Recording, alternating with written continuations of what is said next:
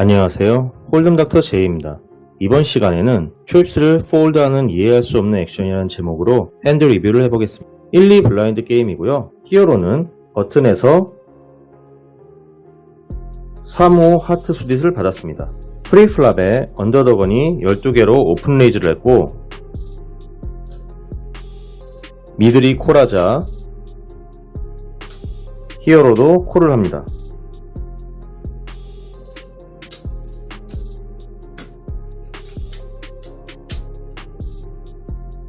언더더그는 플랍 참여율이 높지 않은 타이트한 플레이어며 스택은 약 330개가 있었고 미들은 루즈한 플레이어로 스택은 약 400개가 있었습니다.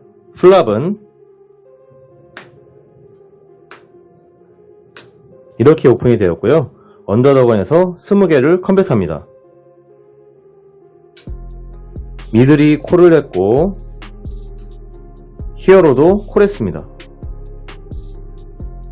턴에서는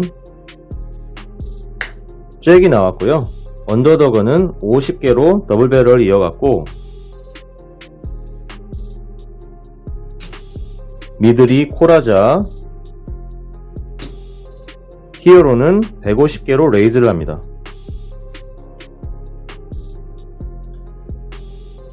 이에 언더더건은 폴드 했고요. 미들이 남은 스택 250개를 올인합니다.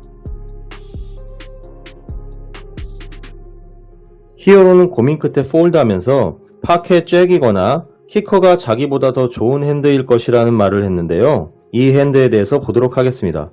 먼저 플랍으로 가보겠습니다.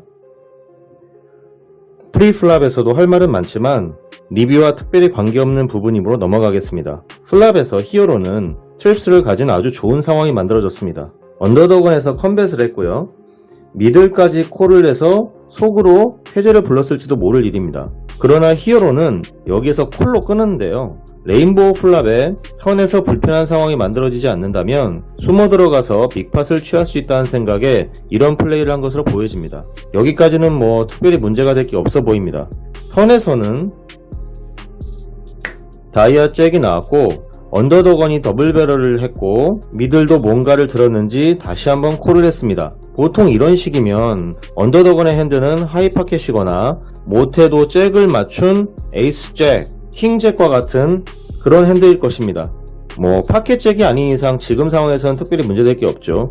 또한 플랍 참여율이 높지 않은 타이트한 플레이어라고 했기 때문에 사실 에이스 잭이나 킹 잭과 같은 그런 투 오버 카드로 플랍에서 배팅을 한다는 게 조금 어려운 일일 수 있지만 타이트한 플레이어라고 해가지고서 어그레시브가 없는 것은 아니기 때문에 충분히 가능성이 있습니다. 그리고 미들의 핸드는 이런 카드로 플랍에 스트레이트 드로우를 가지고 있을 수도 있고 또 조금 더 좋은 핸드인 이런 카드를 가지고 턴에 다이아 잭이 뜨면서 플러시 드로우까지 생기는 그런 핸드일 수도 있습니다. 물론 이것은 상황적으로 가능한다는 것이지 뭐 꼭 이렇게 나온다는 것은 아니죠. 또 요런 트립스 카드를 같이 갖고 있을 수도 있겠죠. 물론 이것은 아까 말씀드린 대로 가능성을 맥스로 잡았을 때의 얘기지 지금 상황이 그렇다는 것은 아닙니다. 하지만 이렇게 여러가지 경우의 수를 생각하는 것은 실력을 증진하는 데 많은 도움이 되니까 다각도로 생각하는 습관을 기르는 것이 좋습니다. 다시 핸드 리뷰로 넘어와서요. 히어로는 언더더건의 더블배럴과 미들의 콜에 팟 커밋을 시키려고 합니다. 그래서 50개의 벳에 150개로 레이즈를 하는데요. 이에 이제 언더더건은 폴드를 했고 미들이 나머지 스택 전부를 올인하죠. 이에 히어로는 고민에 빠졌습니다. 그리고 황당한 멘트와 함께 폴드를 했는데 솔직히 지금 상황은 고민할 것이 아닙니다. 상대의 올인 사이즈를 보면 히어로는 150개를 배팅했기 때문에 100개만 더 콜하면 되는 상황이에요. 설령 히어로의 말처럼 미들의 핸드가 파켓 잭이거나 아까처럼 이런 카드라고 한번 가정하고 얘기해 보겠습니다. 파켓 잭 정도면 프리플랍에 미들 포지션에서 3벳을 할 가능성이 높지만 플랍 참여율이 낮은 언더더건을 상대로 콜로 얼마든지 끊을 수 있어요. 또 미들에 있던 플레이어가 루즈하기 때문에 이런 카드나 뭐 이런 개퍼 카드 충분히 가지고 있을 수 있습니다. 히어로는 턴에 레이즈를 하기 전에 플랍을 보고 판단을 했어야 합니다.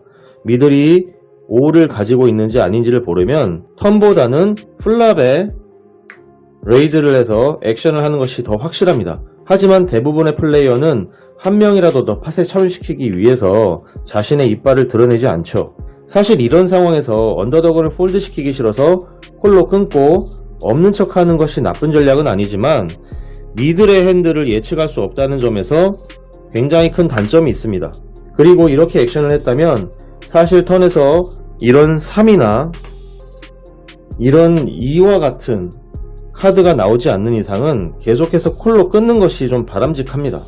플랍에서 좀 더 팟을 자연스럽게 키우고 턴에서도 팟 커밋을 시킴으로써 올인 승부를 유도하는 것도 좋은 전략이지만 히어로는 여기서 치명적인 실수를 합니다. 이게 왜 치명적이냐면 첫 번째는 턴에서의 올인 사이즈가 그렇게 크지 않음에도 불구하고 승부를 하지 않은 것이고, 두 번째는 이런 액션으로 말미암아 상대의 핸들을 인정해버렸다는 것입니다. 계속 반복해서 말씀드리지만 파켓 잭 또한 추측이에요. 확실한 것이 아닙니다. 이런 식의 플레이가 반복되면 위크한 폴드, 오버폴드를 많이 하게 됩니다. 예를 들어 이런 하이 파켓으로 플랍이 이렇게 나왔어요.